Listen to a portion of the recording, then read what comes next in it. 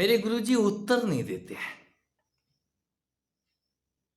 और जब उनसे बार बार पूछता हूं तो वो कहते हैं मेरा सिर मत खा, मेरा मूड मत खा। मां भी यही कहती थी, मेरा मूड मत खा, मेरा सिर मत खा। मैं किसका सिर खा लूं? बाप का। यदि आपने मां का सिर खा लिया है, पेट नहीं भरा, मां का सिर खाना। कोई कुशाग्र बुद्धि बुद्धिमान बच्चा अपनी मां का सिर खा जाता है। हम कहते हैं मुंड को छोड़ दो, ये सिर को मत खाओ। सिरी सिरी, यहां सिरी सिरी ही खा जाते हैं लोग। और जो सिरी सिरी खाते हैं वो नींद में चले जाते हैं, निद्रा में, तंद्रा में, बेहोशी में। हमारी नींद ही नहीं टूटती है। ध्यान करते करते अथाह नींद के सागर में गिर पड़ते हैं। आप उस मां का सिर खा गए। जिस तन में आप तने बैठे हैं, इस तन के अंदर कहीं आप अपनी मां के साथ भी हैं। वो मां भी है यहां पे। सिर कहीं चौकी डाले वही बैठी हुई है, इस गर्दन की सवारी करने वाली मां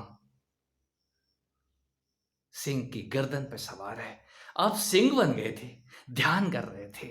जो ध्यान करते हैं, जो करते हैं, वो कर्ता भाव से भरे होते हैं। निसंदेह जो करता है वही मरता भी है। नींद भी तो मृत्यु है।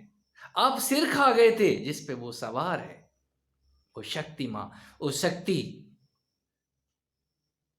कहीं विलीन नहीं होती। वो शक्ति, वो जानकी एक समय आने पे इस धरती में समा जाती है। धरती में समा रही है सीता मां। कब? राम से दोबारा भेंट हो रही है। लव और कुश रामायण गा करके राम को जगा दे रहे हैं। सीता राम के समक्ष है, राम छूना भर चाह रहे हैं। तो सीता मां धरती मां से प्रार्थना करती हैं, अब बहुत हो गया, अब मुझे अपनी गोद में संभालो। कोई शक्ति ही गोद में जाती है और शक्ति का उदय इसी धरती, इसी तन से होता है। इस तन के अंदर उसका उदय हो गया है। तो याद रखें, ये ध्यान की बाती, ये शिखा, ये आपकी अगरबत्ती, मैं जिसको ज्वाला कहता हूं, इस तन के अंदर ज्वालाएं ही उठती हैं। वो ज्वाला उठ गई है तो उठ करके ध्यान तो करेगी ना। तो वो दिया कितनी देर जलता रहेगा।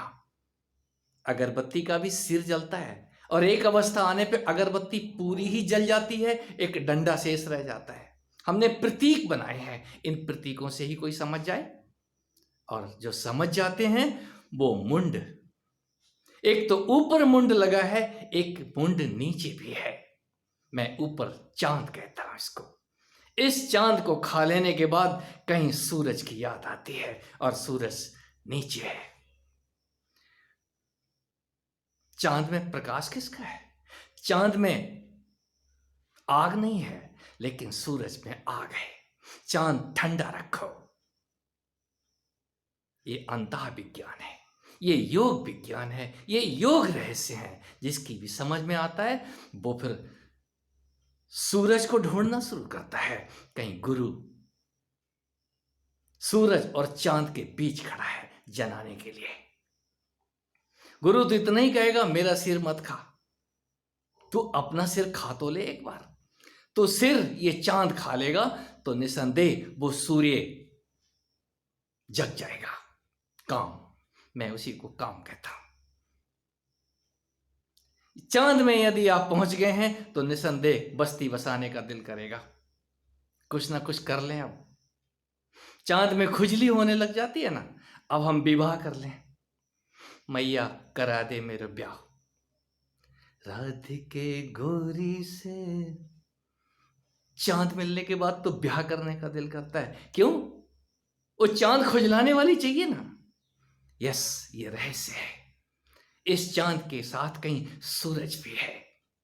वो सूर्य और चांद, इन दोनों के साथ कोई योगी खिलवाड़ करता है। चांद को एक कोने में रख देता है और वो सूर्य काम का सिर के ऊपर रखता है।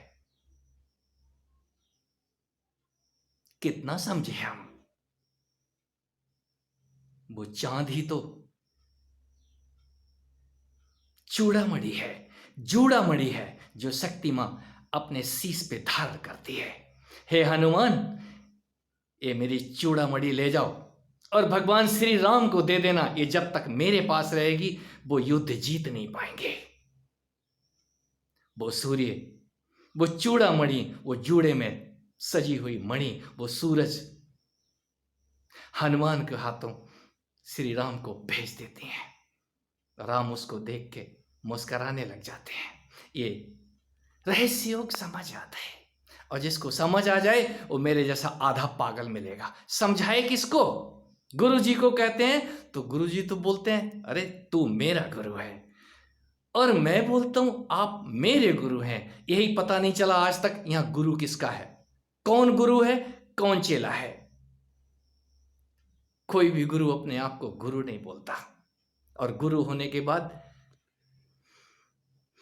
वो चेले से भी नीचे उतर जाता है। सदा सीखते रहने का दिल करता है। मैं सदा ही शिष्य बना रहा हूं अपने गुरु का।